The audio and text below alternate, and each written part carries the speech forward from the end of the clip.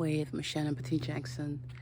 I did my run today and I just put out my shoes. So now you know how crazy I am. And I was, the whole day, I had extremely headache. I had headache because I was thinking about people in the world because I'm touched and I have already recorded a conversation today for my YouTube channel, so that's why I'm still wearing the same clothes. But I have extremely headache, and I thought maybe I should tell you why I have headache. And Hague, she died, and I just made a video about her.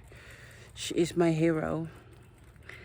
And she was so brave for me. She was the first Caucasian person in the world talking about sexual abuse of a child, and that her family was Christian and that it wasn't perfect at all, as it looked like perfect in the outside, but it wasn't.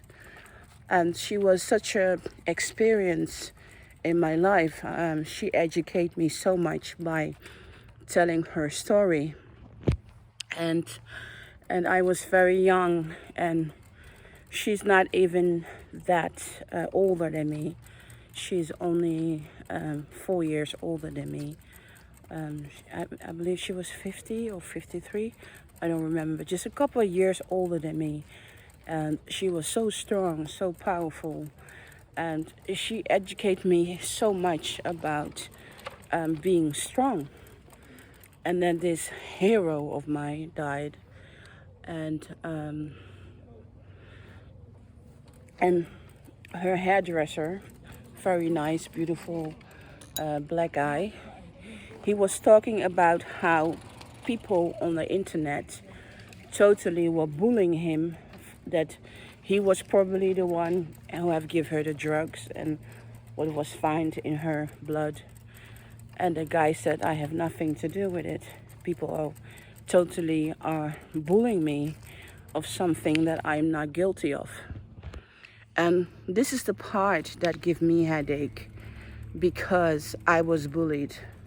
I am being bullied. I am being bullied of something that it's not my fault.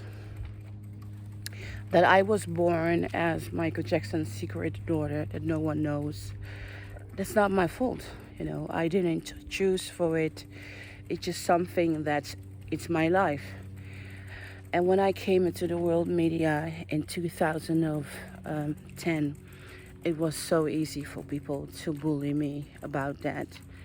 And this really give me headache. Sometimes I just have this small moment that it really gives me headache, that I'm thinking, what the heck happened to my life? What the heck happened to my life? And is this ever going to be okay?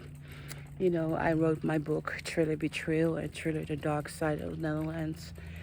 And I know that people still were making fun of me saying what I say, and the part that really gave me a headache is that I went to court, a legal procedure I did to claim my inheritance right.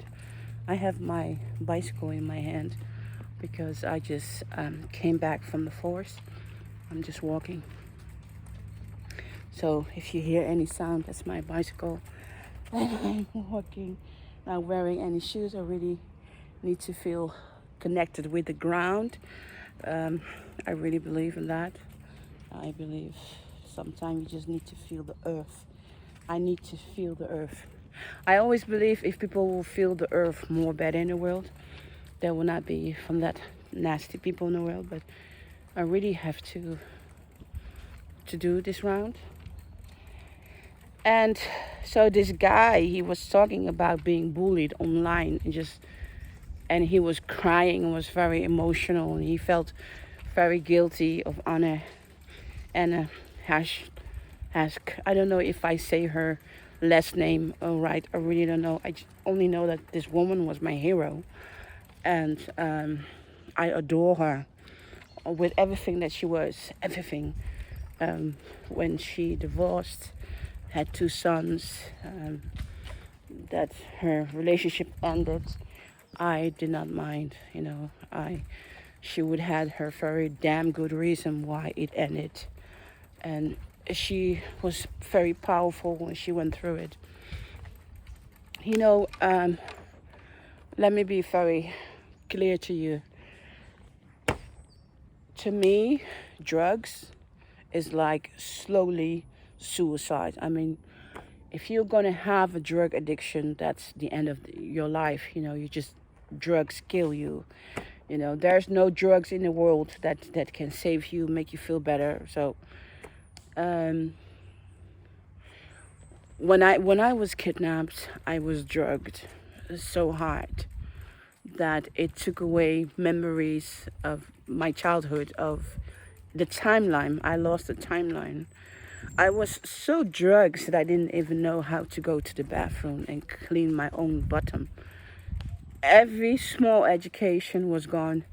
I was so drugs, so heavy that I didn't even know how to hold a fork, an eating fork, a knife, how to use a knife, how even to put a fork to my mouth. Everything that I was educated to was just gone. That's how hard they drugged me. I don't know what they have give to me, and this is something that I would like to know. What have they given me? But it made me went to cardio arrest almost.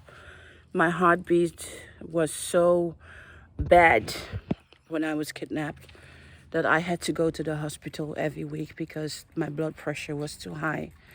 So I was drugged so hard that doctors were thinking that I was going to die because of the drugs they're giving me. So drug is, for me, in my life, never a solution, never. I prefer to kill myself than go using drugs. That's, if I ever die of a drug overdose, then really I can tell you someone have give it to me, because I will not use it myself. I'm terrified for drugs because of what it have done to me when I was kidnapped in 1984. And I remember very well getting the needles in my body, in my vein. 4 years I had a hard time getting needles in my vein because I was kidnapped, and the experience that I had with it. So that was really not easy. It was really tough. And that memories will always stay with me to the day that I die. So drugs can never be a part of my life, never. I went through hell. So for Anna Hague to have been using cocaine and drugs to deal with the pain, being raped as a child by her own pedophile father, and being abused throughout of her life, I can imagine that she needed something to deal with the pain. For me, call me crazy. For me, it's sport and yoga and really healthy food. And I'm the kind of person, I just go through the hell. I just cry. I just cry. I just take the moment and I just cry. Just cry. I just go through that pain. That's it. And I just bear it. I demand for myself that I bear it. And I know that there are not a lot of people who are just like me. I know I'm very strange in this kind of things. So, and till now in my life, for 38 years, I didn't need any drugs to deal with my kidnapping, to deal with me being raped. I'm older now, and there are things that I just cannot do. I cannot do things against my will anymore. I used to do a lot of things against my will, you know. Um, the father of my child, I had to have a lot of sex with him, sometimes three times a day against my will. And I just did it because he said, this is what I supposed to do as a good girlfriend. This is what he expected. I didn't want to. So I had to be nice to a lot of people, not to get into any problem. Like in my boarding school time, and there were really people I really dislike, and I still had to be nice to them. And now that I'm older, I cannot do that anymore. I just cannot deal with people anymore who are really bad to me, no good to me. And I don't have the patience, I don't have that same power that I had of surviving. I cannot. People that I don't like, I just run away from them. I just stay away from them. I just don't call them. I just ignore them. You know, I want to forget them. So this is a thing that I have changed my life dramatic in. There are just things I just don't want to do anymore. And when I was young, I could do it. But now that I'm older, I cannot do it anymore. So drugs is not in my life. A drug will never be in my life because I don't want.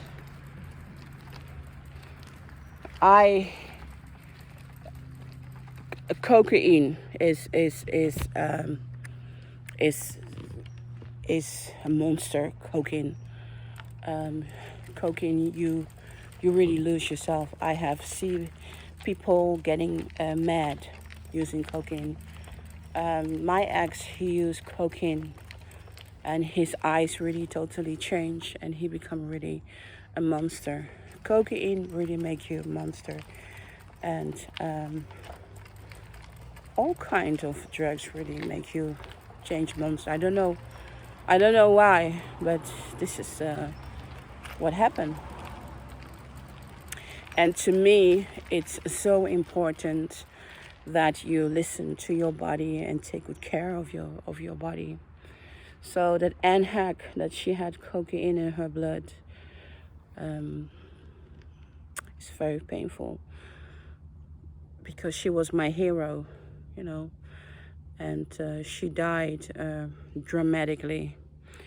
The whole week, 10 days, really been crying, I haven't been happy in my skin. I feel very uncomfortable about the whole situation.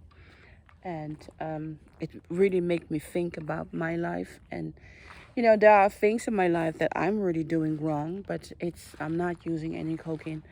The thing that I'm doing wrong is that that I'm surrender.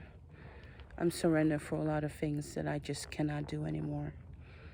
And sometimes really make me feel weak that I can't do them anymore. As I say to you, I cannot be nice anymore to people who are not nice to me. I cannot deal with them anymore. So that's quite strange if you have done that for 38 years, and now I have to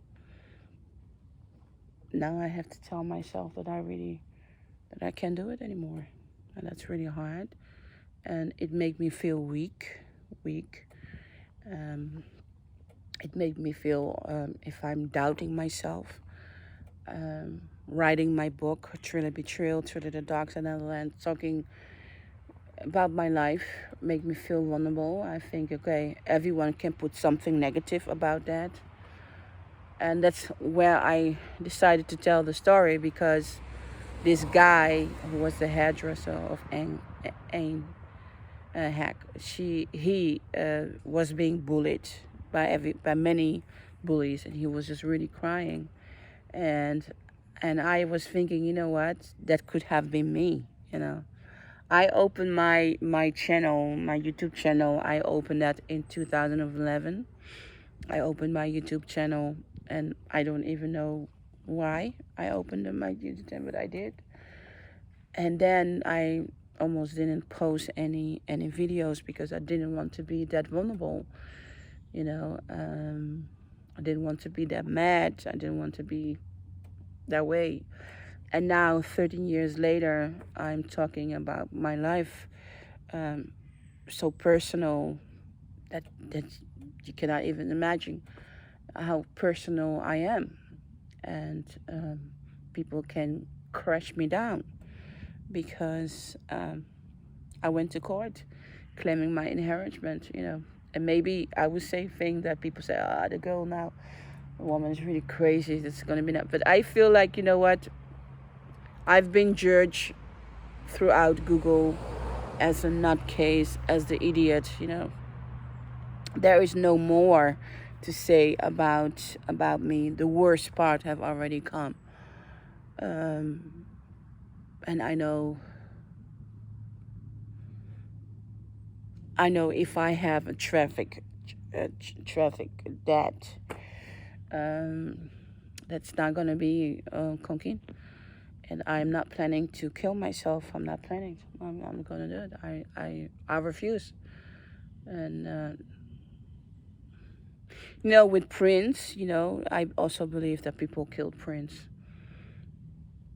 But I do believe he was a drug addict. But I do believe the doctors around Prince, they killed him, just like they killed Michael Jackson. And I remember when my father, Michael Jackson, have died, and I saw Prince in a video, and he was like, choo choo. I knew he was lying. On that moment, I knew he was heavy on drugs, and he would die the same way as my father would. Only not propofol, but something else. I could see it. I could see it. I recognize it. You know, Dr. Monster, who murdered my father. Sometimes I think, should I? Sometimes I think, sometimes I think I would like to scream at him. But then I'm thinking I don't want, because he's not worth it. I know that karma and death will get him. And I know he is not alone. You know, I 100% believe that it's an organization that murdered my father, and it's not Sound Music. Sound Music's not the one who murdered my father. And my father did not die for his music catalog. He didn't die. I think he died because he didn't want to be Michael Jackson, the king of pop, anymore. He wanted to get out, and some people were like, fuck you. You're not going to get out. You've been a money slave for years. And who's his money slave? You know, there's so much that I can talk about surrounding my dad. You know, one thing that I have learned from my father's death, so I'm going to be very careful with who I'm surrounding myself with. That's my life goal, with who I am surrounding my life with. I don't want to die traffic. I want to die 80 years old, because I'm old and my life is finished. That's the way I want to die. I don't want to have a dramatic death. Maybe I'll become very old. Maybe I will become 93 years old. I don't know. Maybe I will see my grandchildren. I have no idea.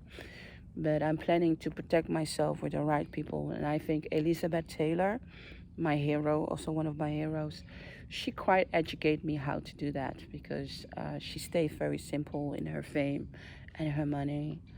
And I am so happy that I spoke to her. She was just phenomenal. She's my queen. That woman is my queen. And the way that she loved me, unbelievable. And I know she wanted to keep me with her. And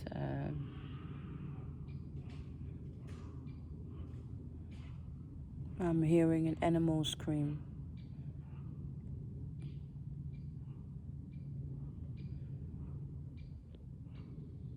Let's see what it is.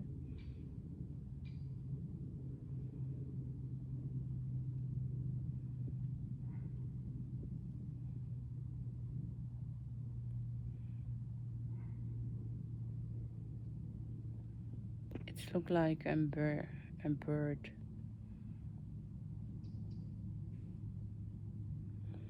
You know, small animals, they kill each other in the forest. That's really creepy, but that's the part of the forest. it's nighttime, so anything can happen.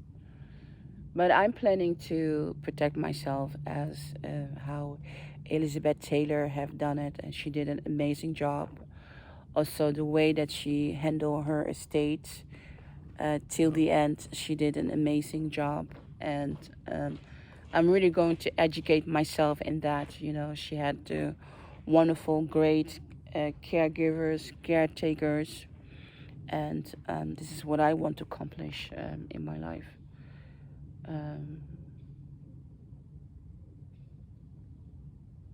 This is what I want to accomplish in my life. I'm gonna be 47 this year. 47, 48, 39, then 50 over 3 years. Over 3 years? No. Over 2 years, because this year I will be 37. No, sorry, 3 years. Over 3 years I will be 50, and the same age as my father. And what I'm wishing that my books are #1 sellers in the world. Thriller, Betrayal, Thriller, The Dark Side of the Land. That's what I wish. Because, you know, even when DNA proved Michael Jackson is not biologic my father, nothing changed, you know. He was still the man in my life. My story doesn't change because of that, because he was still my dad. And he will always be my dad, even if he had found me in a biscuit somewhere in front of his door. He's still my dad. So that's very important to me. It's very important to me. And I have no doubt that Michael Jackson is my DNA father. I don't have any doubt about that. I don't. But if Jermaine Jackson is my DNA father, oh God, I need a psychiatrist. I need help. I'm going to losing it. I don't want Jermaine Jackson to be a father. Anyway, emotional, it still doesn't change, because my father will always be Michael Jackson, no matter what. And it doesn't change anything in my autobiography, because all these wonderful things, crazy things, I did it with my dad. And my dad is Michael Jackson. And with that say, I'm going to close my book. So